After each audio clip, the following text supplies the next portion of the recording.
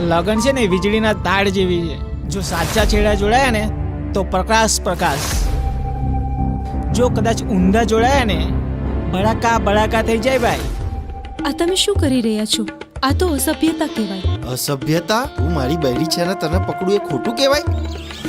આ તમે શું કર્યું? હા, મેં શું કર્યું? આ કાગળ લો અને ડસ્ટબિનમાં ફેંકો. પ્રધાનમંત્રીએ સ્વચ્છતા અભિયાન ચલાવ્યું છે એટલે તો સફાઈના કાર્ય ચાલી રહ્યા છે. જોયું ભાઈ, નવા નવા લગ્ન કર્યા ને તો આ જ હાલત થાય. મારી માથે ચડી ગઈ છે. એક વાત તો હાસી જ છે, બૈરીની બુદ્ધિ પગની પાની હે. સ્ત્રી પગની જૂતી નહીં પણ માથાનો મુંગટ હોય છે. આ નવો યુગ છે. અહીં સ્ત્રી અને પુરુષ એક સમાન છે. એ આકાશને બહાર કાઢો. નીકળ, તારા દીકરાને હવે સંભાળી રાખજે. હવે બહુ થયું છે, હવે અમે સહન નહીં કરીએ. હે ભગવાન, મને તો એમ હતું કે આ ભણેલી ગણેલી છોકરી લાવીશ ને તો મારો ઘર સંસાર સારી રીતના ચલાવશે, પણ આ તો ઘરના બદલે ગામને સાચવે છે. કર્તવ્યની સાથે પૂજા પાઠ પણ જરૂરી છે.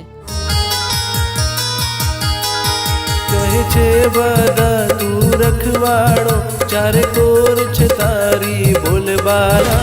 શું થયું દીદી? શું થયું? મને બહુ પીડા થાય છે. બેટી પઢાઓ બેટી બચાવો દેશની મુખ્ય જરૂરત છે. આપણા સંવિધાને સ્ત્રીઓ માટે ઘણા બધા અધિકારો બનાવ્યા છે. એટલે તું અહીંયા અમને બધાને કાયદા કાનૂન શીખવાડો આવી છે? ભાઈ કાળુ, ફંડ આવી ગયું છે માધવ પાસે 50 લાખ. મોજ કરીશું આપણે. જે માણસ ચૂંટણી જીતવા માટે આટલા પૈસા રોકે છે પછી કમાય છે.